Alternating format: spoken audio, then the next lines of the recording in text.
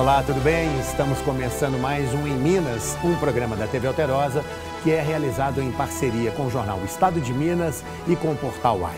Hoje, com grande alegria, estamos recebendo o ministro de Minas e Energia, Alexandre Silveira. Muito obrigado, viu, ministro, por ter aceitado o nosso convite. Eu que agradeço a oportunidade, Bernie, de estar em casa, porque falar no Estado de Minas, na TV Alterosa e no Portal UAI, para nós, mineiros e mineiras, é realmente se sentir em casa. Que bom. E eu que estou tendo essa missão de servir ao Brasil, mas em especial representar os mineiros no Ministério do Presidente Lula, quando eu estou aqui, eu me sinto muito à vontade para poder falar com os nossos queridos mineiros e mineiras. Legal demais. Você sabe que esse programa ele tem 2 blocos na TV Alterosa e um terceiro bloco que vai ao ar exclusivamente no nosso canal do YouTube do Portal UAI. Então, quando estiver terminando o segundo bloco, você já acessa youtube.com/Portal UAI para continuar acompanhando essa ótima entrevista. Eu tenho certeza que vai ser muito legal, que está começando agora. Ministro, vamos começar falando o seguinte, nós estamos enfrentando uma seca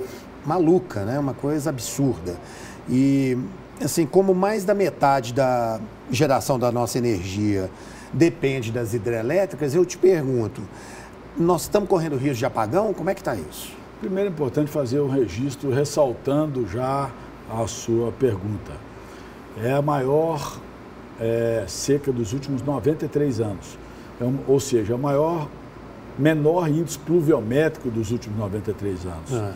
E realmente o pulmão do setor elétrico ainda é os nossos lagos, que deixaram de ser lagos apenas do setor elétrico, alguns deles, como é o caso de Furnas, aqui no nosso sudoeste, que passou a ser lago de multiuso, ou seja, não é mais só para gerar energia. Tem turismo, turismo, agricultura familiar, agronegócio.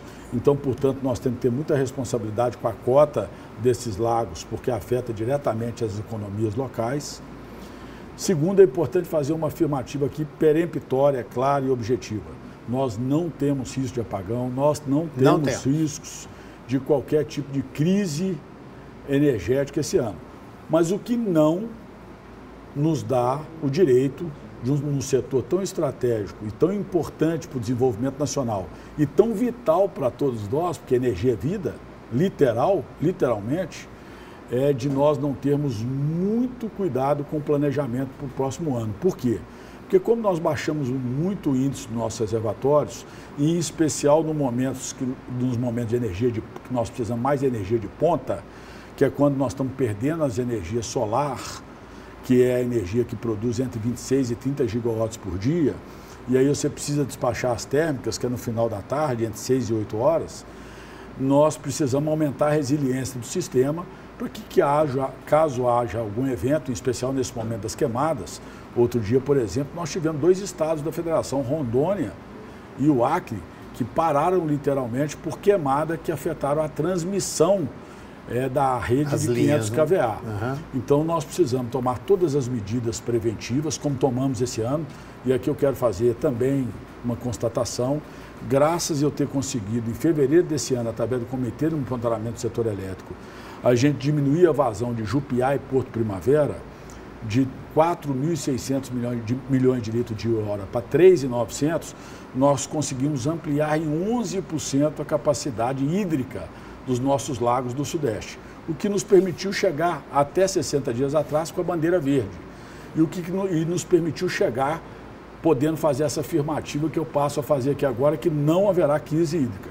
Mas nós temos que aproveitar esse momento, sabendo dos efeitos climáticos que nós estamos vivendo, severos, para poder fazer todo o planejamento para o ano que vem, mas agora, nesse momento em especial, garantir uma racionalização muito grande do despacho das nossas térmicas e, para isso, usar todas as medidas necessárias de planejamento para que a gente possa equilibrar a segurança energética com modicidade tarifária, ou seja, menor tarifa de energia para o consumidor. Agora, a bandeira vermelha já veio a 1 e os especialistas estão dizendo que vai ser inevitável a 2. Isso vai acontecer? Não, ela foi a 2 e agora voltou para 1. Mas vai voltar para 2. Por isso é que nós temos que tomar todas as medidas, porque ela ir até a 2, o impacto é muito ruim, mas é menos pior do que a gente ter que despachar nossas térmicas, que a gente fala fora do sistema formal, que são as térmicas que a Merchan que aumentam muito o preço da energia e começam a consumir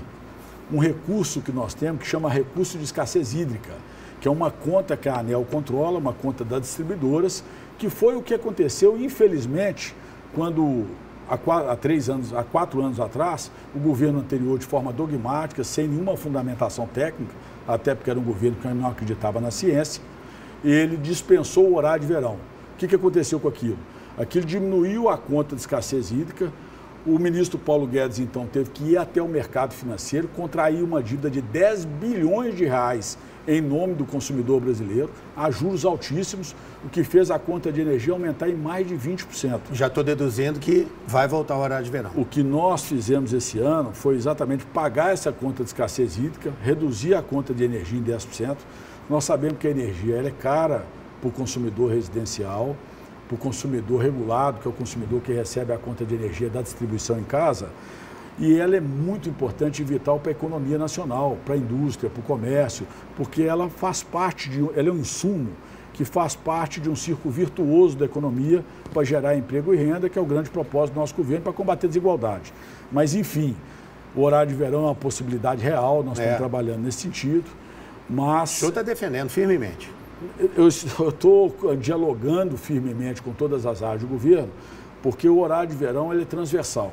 Ele tem um impacto que é energético, mas ele tem também um impacto na economia, em alguns setores muito positivo, outros nem tanto. Tem um impacto na saúde pública, que tem que ser avaliado. A opinião pública se divide muito, mas nós temos que levar em consideração, e o presidente Lula, agora que o Brasil voltou a discutir os problemas reais da sociedade, ele lidera esse processo, e um comitê de ministros presidido por mim, que é o CNPE, o Conselho Nacional de Política Energética, e o Comitê de Monitoramento do Setor Elétrico, está avaliando todas as possibilidades para que, além do horário de verão, outras medidas que nós estamos tomando possa garantir a segurança energética para 2025, 2026. E se nós tivermos, começa quando? E vai até quando? É muito importante que o horário de verão, a partir da decretação, ele dê um tempo para a sociedade se adaptar. A mobilidade urbana, escola, a própria eleição, as urnas eletrônicas já estão programadas. Então, eleição e tal. Então, a tranquilidade que a gente pode dar à população brasileira são duas. Primeiro, as políticas públicas que nós implementamos esse ano e meio, somada ao planejamento e somada às medidas todas, nós não teremos crise energética. E a segunda é de que nós temos tempo hábil para, numa possível decretação do horário de verão, a gente dá toda a condição das adaptações sociais serem feitas. Nos outros anos, acho que era primeiro domingo de novembro, né? A fim da gente preservar toda a condição para que as pessoas se planejem bem. Ministro, o senhor disse recentemente lá na Câmara que não quer ser o pai da conta de luz mais cara do mundo, né? Mas como é que você vai evitar esse título? Tema evitado.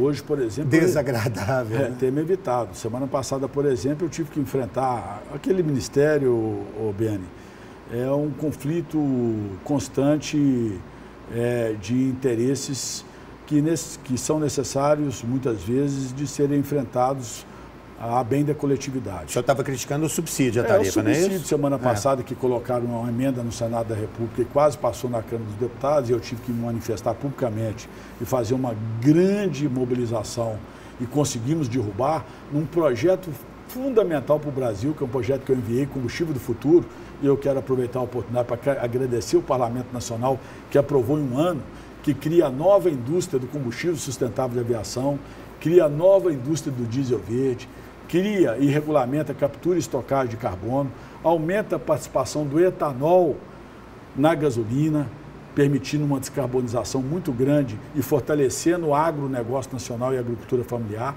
aumenta a possibilidade de a gente usar o biodiesel na mistura do diesel fóssil para descarbonizar e evitar os efeitos dos gases de estufa.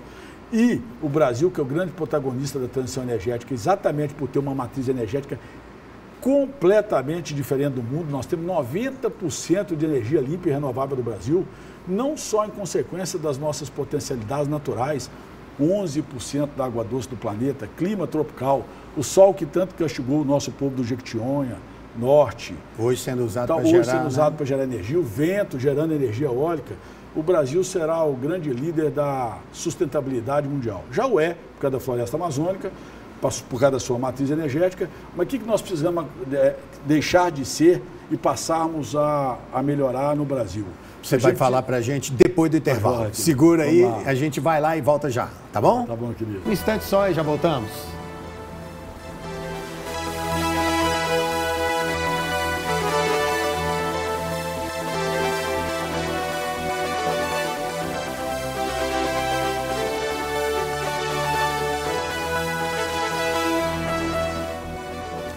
Estamos de volta com Em Minas, hoje recebendo o ministro de Minas e Energia, Alexandre Silveira.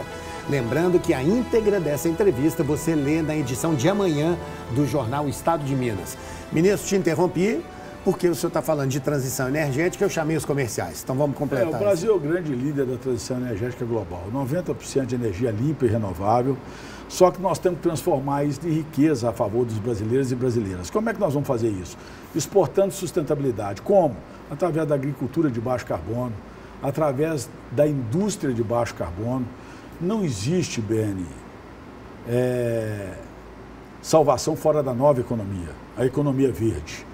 A transição energética que começou sob o alicerce da sustentabilidade, hoje é uma nova economia internacional. E o Brasil, pela matriz que tem, ele tem tudo para manufaturar suas riquezas aqui, reindustrializar o Brasil através da energia. Um mundo, mais cedo ou mais tarde, até culturalmente, vai começar a repelir os combustíveis fósseis, vai começar a repelir a utilização de energias que não sejam renováveis e limpas. Porque os efeitos estão aí, o Rio Grande do Sul, a tristeza que nós passamos com os nossos irmãos e irmãs gaúchas. Então nós queremos reindustrializar o Brasil, gerar emprego e renda e aí cumprir o grande propósito do governo liderado pelo presidente Lula, que é construir um país mais justo, mais solidário, mais fraterno, mais inclusivo e principalmente mais unido. Ministros, vamos fazer uma coisa? Vamos falar um pouquinho de política e no próximo bloco a gente volta a falar de Minas e Energia. Eu queria começar pedindo ao senhor que fizesse uma avaliação desses 6 anos já de governo Zema. Como é que o senhor tem visto esse governo? É com tristeza que eu vejo o Minas Gerais ter a maior dívida pública da sua história e aumentada em 50% nos últimos 5 anos. A dívida pública, quando o atual governador assumiu, era entre 110 e 112 bilhões de reais com a União. Hoje nós temos 165. Uma liminar conseguida ainda no governo Pimentel, que pagava a dívida em dia até agosto, foi conseguida e aí o governo deixou de pagar. Um governo que se bradava aliado do governo anterior, do governo do presidente anterior, ele não conseguiu negociar isso, não avançou nessas negociações. Hoje nós estamos à beira do colapso econômico no Estado. Querem julgar essa conta nas costas do servidor público da segurança, da saúde, da educação. E aí, quando as pessoas falam de servidor, não só por ser um servidor da segurança, me aposentei na última carreira como delegado-geral de polícia de Minas Gerais, mas é fato de que nós precisamos tratar o servidor com respeito no mínimo. Nós não podemos demonizar, e o que o Partido Novo faz é isso, é demonizar o serviço público. E demonizar o serviço público é o sinônimo da gente ir para a derrocada da qualidade desses serviços. E esses serviços são essenciais para a população e nós sabemos que as demandas pela qualidade desses serviços são cada vez maiores. Então eu acho que Minas está muito aquém do que Minas pode ser para o Brasil. Eu tenho andado no Brasil e quero aqui fazer uma constatação. Minas é o estado que menos cresce no Brasil do ponto de vista das suas potencialidades e não há como não reconhecer o que diz Guimarães Rosas. Minas são várias.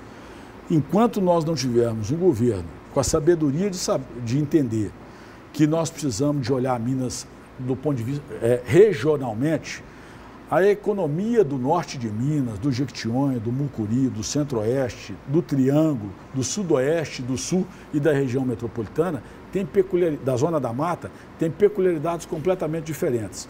Então, enquanto a gente não tiver uma visão estratégica, mas tiver principalmente um governo que pratique a mineiridade, a boa política. E qual que é a boa política? A política do diálogo para a construção de pontes que venham sinergizar o poder público municipal, já que Minas é eminentemente um estado municipalista, 853 municípios, com o poder público estadual e com o poder público federal, independente das colorações partidárias, que é como o presidente Lula trata a federação no Brasil, Minas não vai avançar. O governador passou muito tempo aí, assim, deixando no ar a dúvida, mas agora ele já admitiu a possibilidade de concorrer à presidência da República em 2026.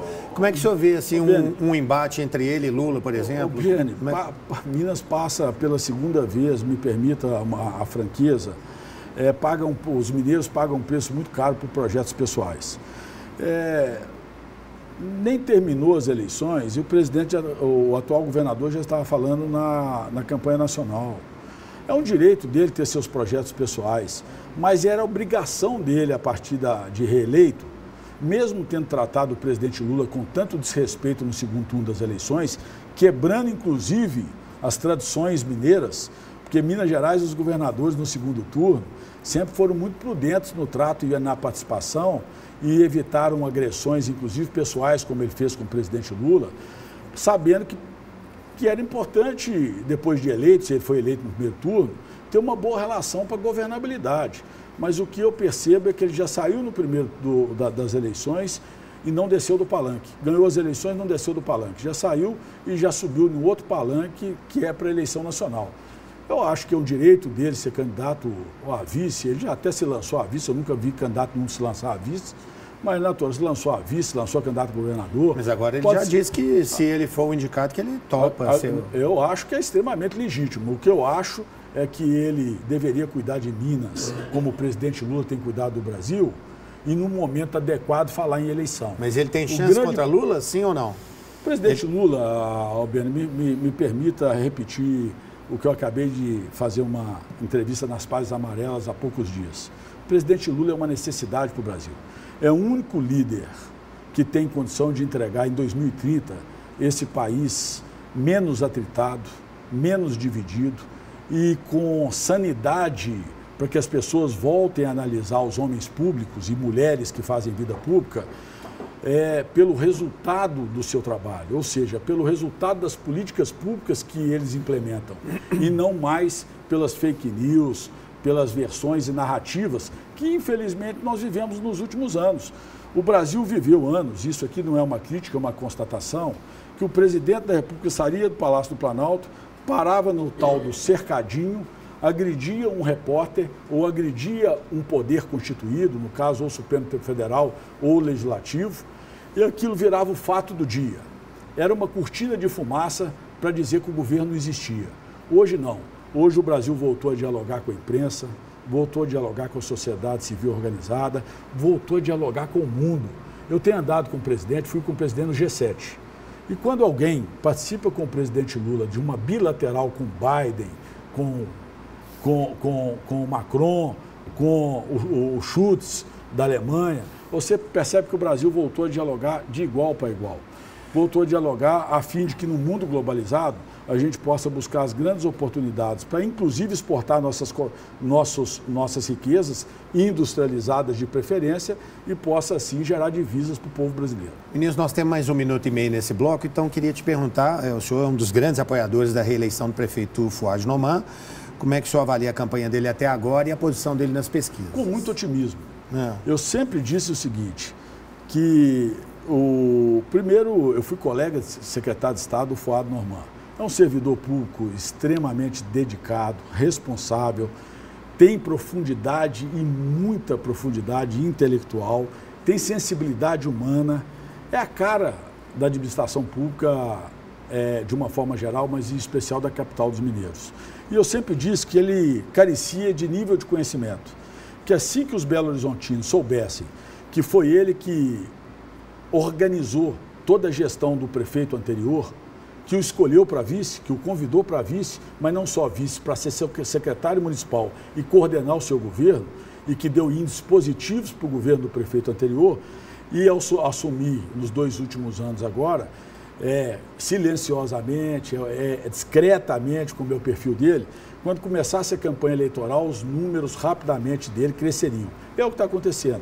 Ele já está praticamente empatado com o primeiro, que tem alto nível de conhecimento, já vai para o segundo turno em primeiro lugar, e assim eu tenho absoluta convicção que o Belo Horizontino, independente dos apoios, porque o Belo Horizontino já sempre demonstrou, a gente viu isso quando o Aécio e o Pimentel se juntaram para apoiar o Márcio Lacerda, quase perderam a eleição. O Belo Horizontino é muito independente ao votar e vota de forma muito lúcida, e eu acho que o Fuad vai ter a oportunidade de concluir esse trabalho maravilhoso que ele está fazendo como prefeito e entregar uma Belo Horizonte muito melhor daqui a 4 anos. Ministro, muito obrigado pela sua participação no Em Minas, aqui na TV Alterosa, mas conforme nós combinamos, agora a gente vai lá para o canal do YouTube do Portal UAI, tá bom? Muito obrigado pela presença. Você que nos acompanhou, muito obrigado pela sua audiência. Agora você acessa youtube.com/Portal UAI para continuar seguindo o nosso bate-papo, tá bom? Um abraço, até a semana que vem aqui na TV Alterosa.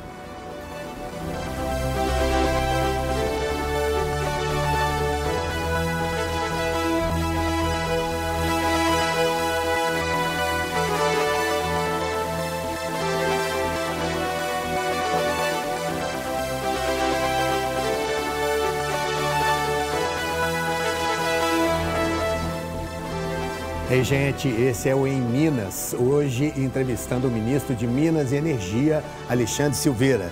Esse programa é uma parceria do jornal Estado de Minas e do Portal UAI com a TV Alterosa. A íntegra dessa entrevista você lê amanhã na edição impressa do jornal Estado de Minas. Ministro, ainda sobre política, um pouquinho mais. O PSD faz quantos prefeitos nessa eleição? Em Minas Gerais, nós já temos o maior número de prefeitos, temos perto de 100 prefeitos.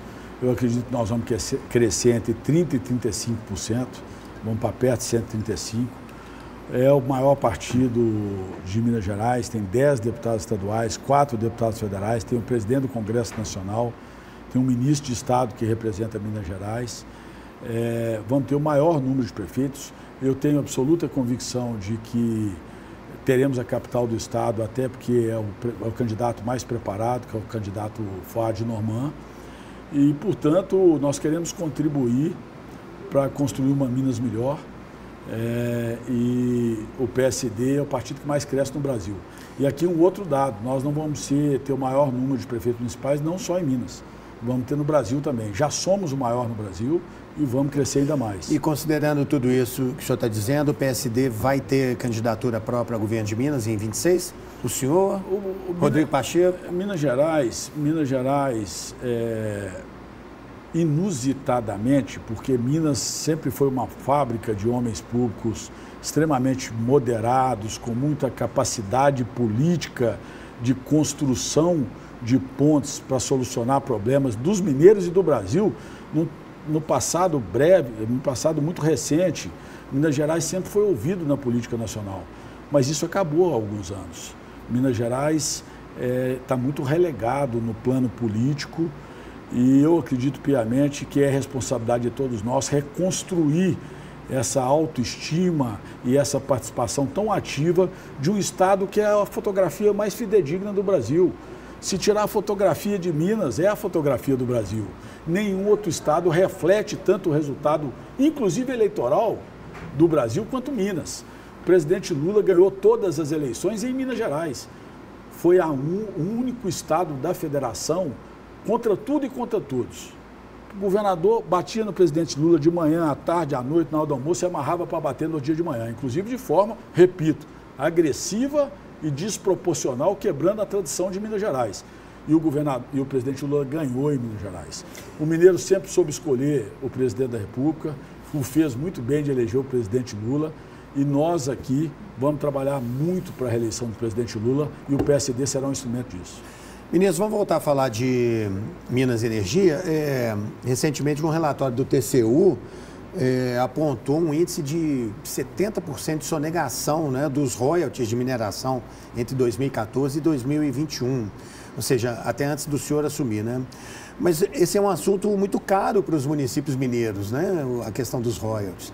O que está sendo feito para contornar? Ou está sendo feito algo? Eu tenho conversado muito com a Receita Federal, com o ministro da Fazenda, Fernando Haddad. É muito importante que a fiscalização tributária, que é a questão... É crítico, né, para os municípios. É muito importante que a fiscalização tributária se dê. Eu falo sempre que a atividade mineral não pode ser demonizada, ela é importante. Porque quando nós falamos em mineração, principalmente nós mineiros, a gente sempre lembra só do minério de ferro. Mas hoje, no momento de transição energética, o Brasil tem tudo, um potencial, né? Lítio, nióbio, na transição energética. Tudo, exatamente, cobre. Então, nós precisamos de fazer... que Minas tem tudo isso. Tudo, e o Brasil. Nós precisamos fazer que a mineração seja segura, sustentável, ou seja, cumpra rigorosamente a legislação ambiental e, principalmente, que deixe frutos sociais. Porque não é uma riqueza infindável, ou seja, renovável, diferente da agricultura. Mas isso passa pelos royalties? O senhor está forçando a barra Passa pela política pública como um todo. Agora, a questão dos royalties é uma questão fiscal. Eu tenho conversado para a gente construir junto todos os mecanismos, já pus a ANM com a Receita, todos os mecanismos necessários para diminuir ou até mesmo eliminar essa sonegação, a fim de fortalecer a receita dos municípios, tão importante num país municipalista, para a gente promover políticas públicas de melhoria da qualidade da saúde, da educação e outras missões, estradas vicinais que têm os prefeitos municipais, que para mim, Beni, são as maiores autoridades da federação por estarem mais próximos da comunidade. Agora, trazendo essa questão da mineração para BH, um dos temas que mais incomodam os belo-horizontinos é essa história de mineração na Serra do Curral. Tem algum jeito de o Ministério intervir nesse assunto? O senhor, particularmente, que posição o senhor tem sobre isso? Na verdade, é o seguinte, o Zé Alencar, eu me lembro muito bem de uma frase dele que, dentre tantas outras que eu aprendi com ele, uma é tão óbvia, mas ela tem que ser permanentemente repetida, que é fora da lei não há salvação. E eu digo o seguinte, a Serra do Curral é um patrimônio dos mineiros, é um patrimônio de preservação, e onde foi efetivamente essa circunferência da Serra do Curral, não há de se falar em mineração, até porque a lei proíbe. O licenciamento de algumas mineradoras, me parece que uma em especial, se deu pelo Estado, fora da área de preservação, mas na área de impacto da preservação, da Serra do Curral. Essa análise está sendo feita pela Justiça, a Justiça vai tomar uma decisão final. Agora, com relação à Serra do Curral, não existe a menor possibilidade de nós mineiros, com a paixão que temos pela bela vista da Serra do Curral e pelas montanhas de Minas, admitirmos qualquer possibilidade de perdermos esse patrimônio que pertence a todos nós. Ministros, vamos falar um pouquinho de barragens. A Vale, outro dia, se pronunciou dizendo que o acordo de Mariana está avançado e poderia sair até outubro, pode sair até outubro. O senhor avalia essa possibilidade assim também? Tem 1 ano e meio que eu estou me dedicando cotidianamente. Mas está danada essa história, né? Na verdade, é o seguinte, são 10 anos, né? Pois 10 anos. De Brumadinho saiu. Agora, de Brumadinho foi muito mal feito. Me permita uma constatação. É mesmo? Um dinheiro que foi pulverizado, usado politicamente, muito mais num projeto de governo do que num projeto de Estado.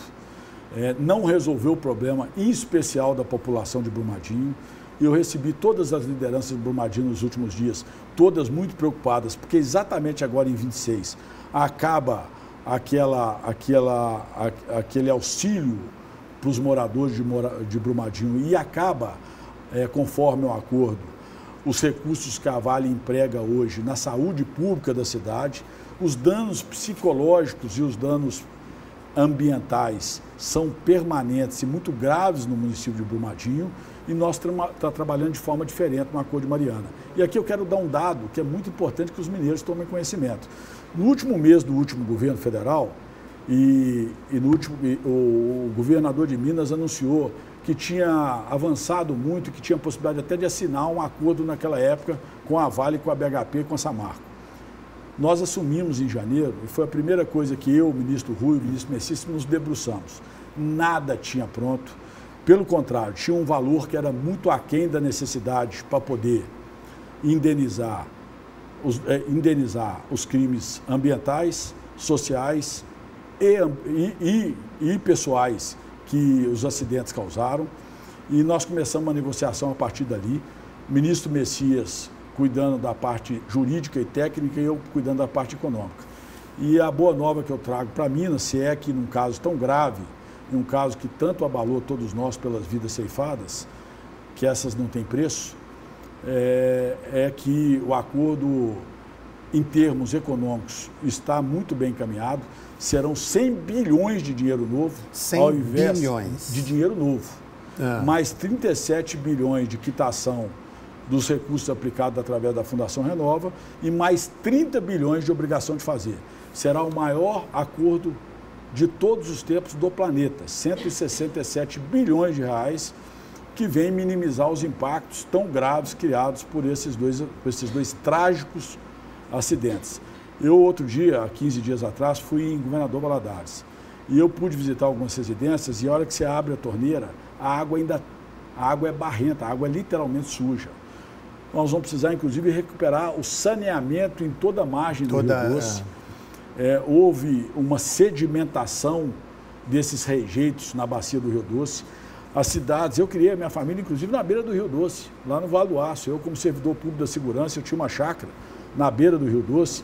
A sedimentação fez que nos períodos chuvosos há um alagamento da maior parte das cidades no entorno do Rio Doce e nós estamos trabalhando com muito rigor e vigor para que a Vale e a BHP possam ressarcir os danos a mineiros e mineiras. Ministro, então com essa ótima notícia, eu agradeço a sua presença aqui mais uma vez no Em Minas, tá bom? Eu que agradeço mais uma vez a oportunidade, é uma alegria muito grande.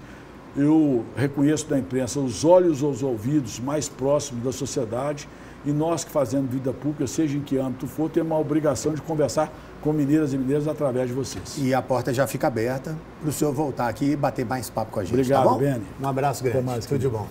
A você que nos prestigiou de novo, muito obrigado pela sua audiência, tá? É uma alegria estar com vocês aqui. Até semana que vem. Tchau.